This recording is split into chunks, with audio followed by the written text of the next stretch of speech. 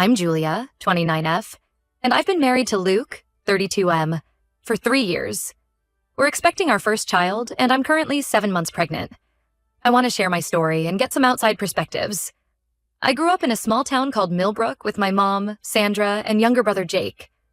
My dad, Tom, left when I was 5, and Jake was just a baby. I remember the day clearly. It was a sunny Tuesday morning. Dad packed a suitcase, kissed us goodbye, and drove away in his beat-up Ford pickup. We never saw him again. Mom was devastated.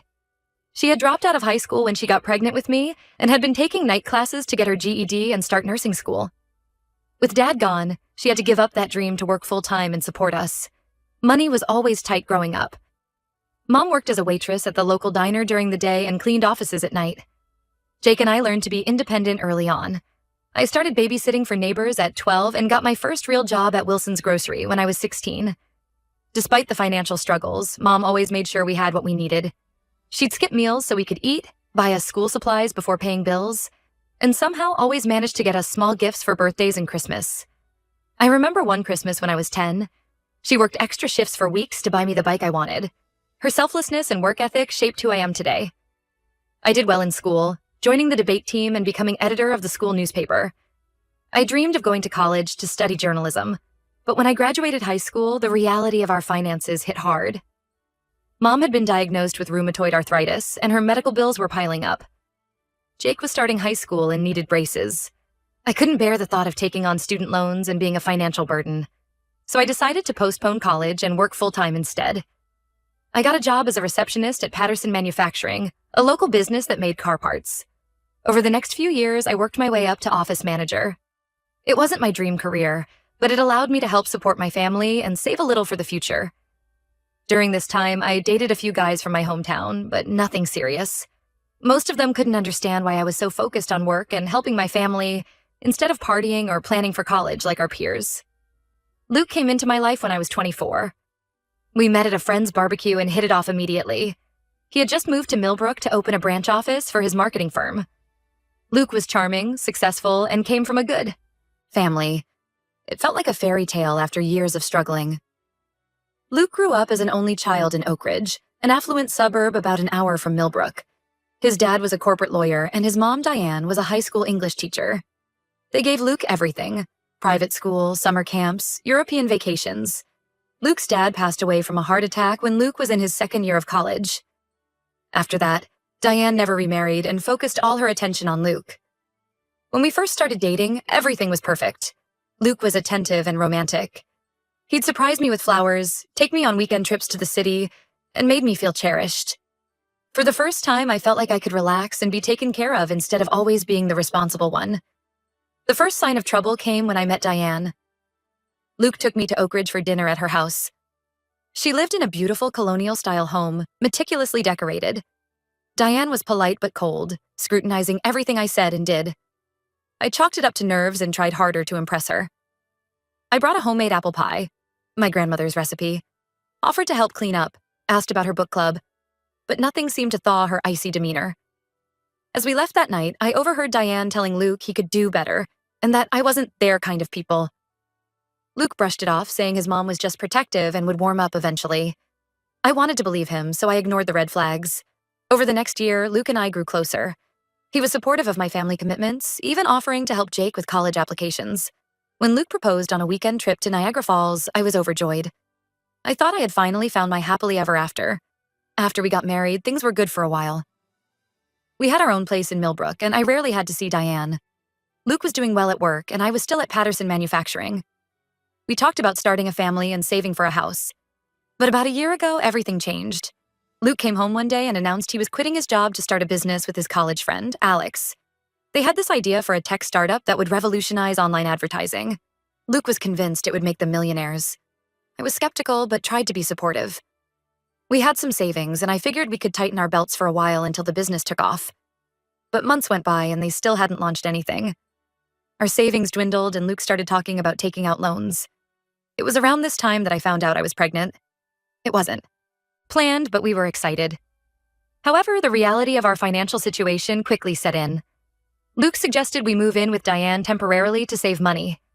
I was really hesitant given our history, but Luke insisted it would only be for a few months. He promised we'd move out before the baby came. Reluctantly, I agreed. Living with Diane has been a nightmare from day one. She treats me like an incompetent child, constantly criticizing everything I do.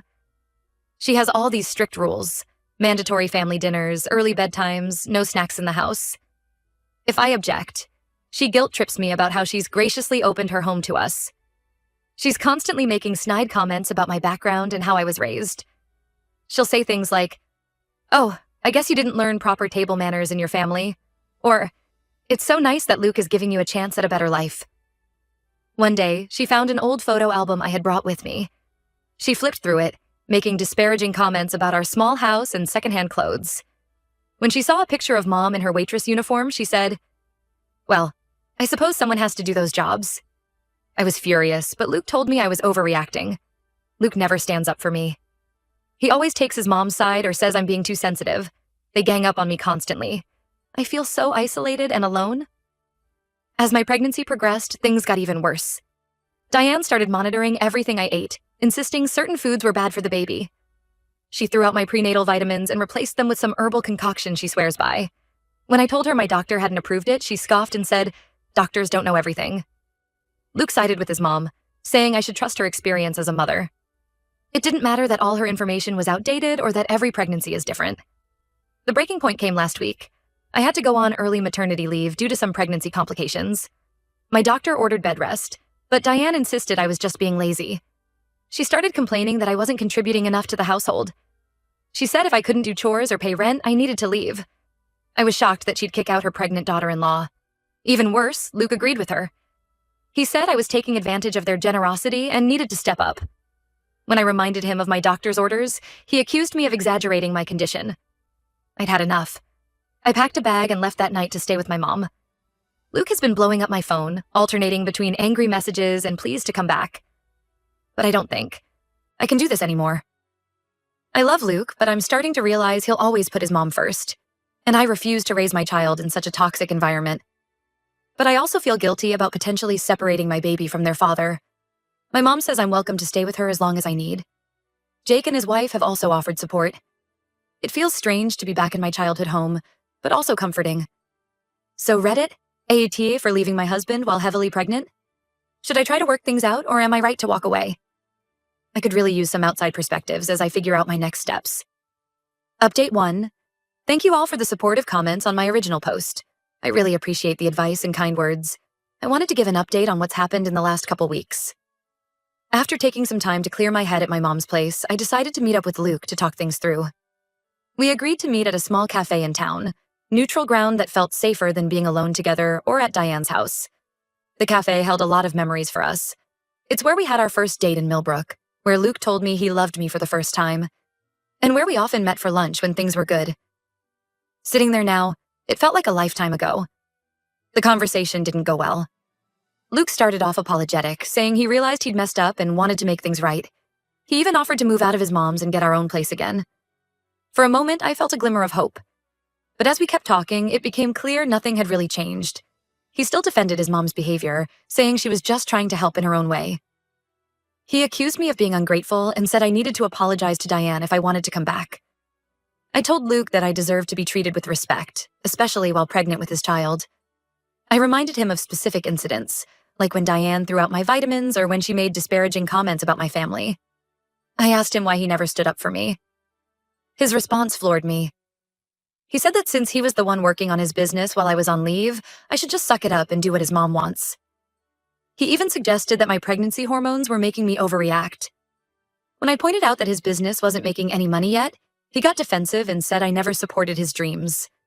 That's when I realized the situation was beyond saving. Luke will always put his mom first, and I refuse to be second place in my own marriage. With a heavy heart, I told him I wanted a divorce. Luke did not take it well. He yelled and caused a scene in the coffee shop, accusing me of trying to keep his child from him and threatening to fight for full custody. The other patrons were staring, and the barista looked ready to call the police. I stayed calm and left, but I was shaken. I've spent the last week meeting with a divorce lawyer and making plans.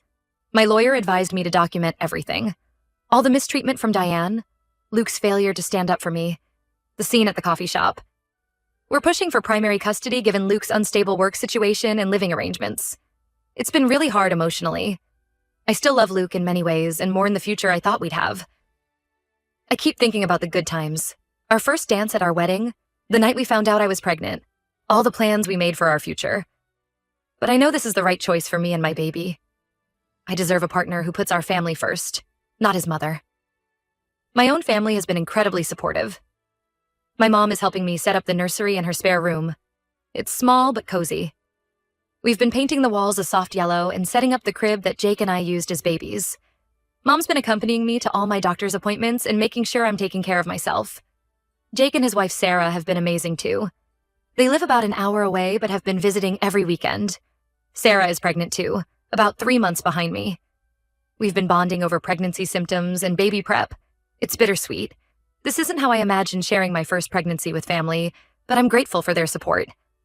I'm scared about being a single mom, but I know it's better than staying in a toxic marriage. I'm focusing on my health and the baby now. I have an appointment next week to check on the baby and make sure the stress hasn't affected anything. Financially, things are tight but manageable for now. I'm using my maternity leave from work, and my mom is helping out. Jake and Sarah have also offered to chip in if needed. I'm looking into programs for single mothers to help with childcare once I go back to work. Luke has been alternating between angry messages and tearful pleas to reconcile. One minute he's threatening legal action, the next he's begging me to come home. Diane has been spreading rumors among our friends, painting me as unstable and selfish. She's telling everyone I'm trying to keep Luke from his child, and that I'm ungrateful for everything they've done for me. It hurts, but I'm trying not to engage. My lawyer advised keeping all communication in writing. I've started reconnecting with old friends who I'd lost touch with during my marriage. My best friend from high school, Megan, reached out after hearing about the divorce. We hadn't spoken in years. Luke always said he didn't like her influence on me, but it was like no time had passed. She's been a great source of support and distraction. Looking back, I realize how isolated I'd become during my marriage. Luke always had a reason why we couldn't visit my family or why I shouldn't meet up with old friends. It feels good to have my own support system again. I'll post another update after the divorce proceedings get further along. Thank you again for all the support. It really helped give me the strength to stand up for myself and my child. Update 2. It's been about a month since my last update, and a lot has happened. The divorce is moving forward, but it hasn't been easy. Luke initially tried to contest the divorce, claiming I was abandoning our marriage without giving him a real chance to fix things. But my lawyer pointed out that I had tried for months to make it work, and Luke had consistently chosen his mother over me. We had records of text messages and emails showing Luke's dismissal of my concerns and Diane's mistreatment. We're now in the process of dividing assets. Since we were only married for 3 years and Luke's business isn't profitable yet, there isn't too much to split. We're selling our car and dividing the proceeds. I'm keeping my personal savings, which I had maintained separately throughout our marriage. Thank goodness for that decision. Luke is keeping most of the furniture since I'm living with my mom. The main point of contention is the custody arrangement. Luke is pushing for 50-50 custody, but I don't feel comfortable with that given his living situation with Diane. My lawyer and I are advocating for me to have primary custody, with Luke getting supervised visitation until he can demonstrate he has stable, independent living arrangements. Luke's lawyer argued that living with his mother shouldn't disqualify him from equal custody, but we presented evidence of Diane's controlling behavior and outdated ideas about childcare. We also pointed out Luke's unstable financial situation and the fact that he had agreed with kicking out his heavily pregnant wife. Diane has been making things difficult. She's been spreading rumors among our friends and Luke's family, painting me as an unstable, gold-digging woman who trapped Luke with a baby. She's telling everyone that I'm mentally unstable and unfit to be a mother. It's hurtful, but I'm trying not to engage. My lawyer advised me to keep all communication with Luke and Diane in writing and avoid responding to provocations. On a more positive note, my pregnancy is progressing well despite the stress. I'm due in about 6 weeks, and everything looks healthy with the baby. My last ultrasound showed a strong heartbeat and good growth. The doctor says the baby is in the right position for delivery, which is a relief. My mom has been amazing. She's coming with me to all my appointments and helping me prepare for the birth. We've been attending birthing classes together, which feels a bit awkward, but I'm glad for her support. She's been sharing stories about her pregnancies with me and Jake, which has helped me feel more connected to my family history. Jake and Sarah have been incredibly supportive too. They've been driving down every weekend to help set up the nursery and keep me company. We've painted the walls, assembled furniture, and sorted through all the baby clothes and supplies. Sarah and I have been sharing pregnancy experiences and planning playdates for our babies.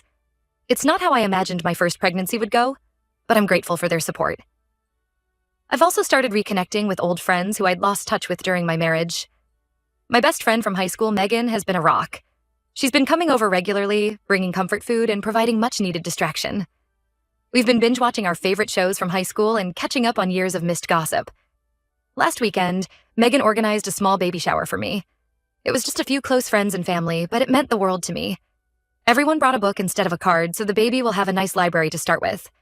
It was emotional. I cried several times, but it felt good to be surrounded by people who genuinely care about me. Financially, things are tight but manageable. I'm using my maternity leave from work, and my mom is helping out. I'm also looking into programs for single mothers to help with childcare once I go back to work. Jake and Sarah have offered to help financially if needed, but I'm trying to avoid that if possible. I've also started looking into freelance writing opportunities I can do from home to supplement my income once the baby arrives. The hardest part has been dealing with the emotional fallout. Some days I still question if I made the right choice.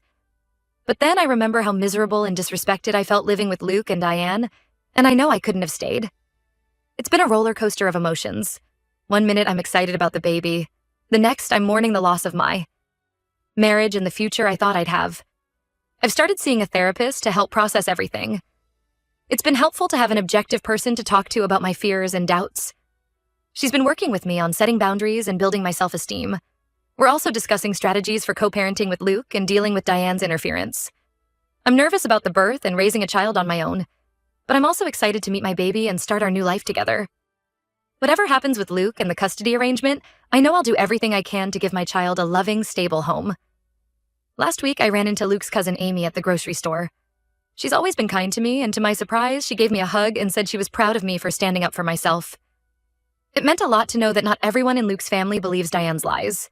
Amy even offered to be a character witness if needed in the custody hearing. As my due date approaches, I'm trying to focus on the positives. I have a strong support system, a safe place to live, and a healthy baby on the way.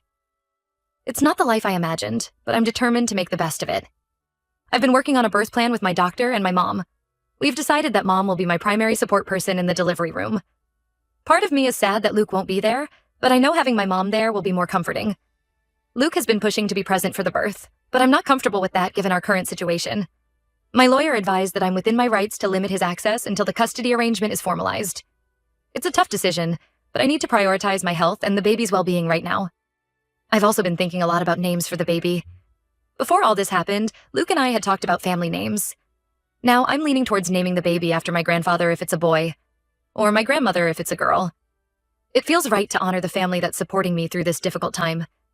Yesterday, I felt the baby kick while I was reading a story aloud. It was a moment of pure joy in the midst of all this stress. It reminded me that no matter what happens with Luke and the divorce, I have this amazing little person to look forward to meeting. I'll update again after the baby is born and the custody arrangement is finalized. Thank you all again for the support and advice. It's been a difficult journey, but I feel stronger and more confident in my decisions. I'm scared about the future, but I'm also hopeful. One day at a time, right?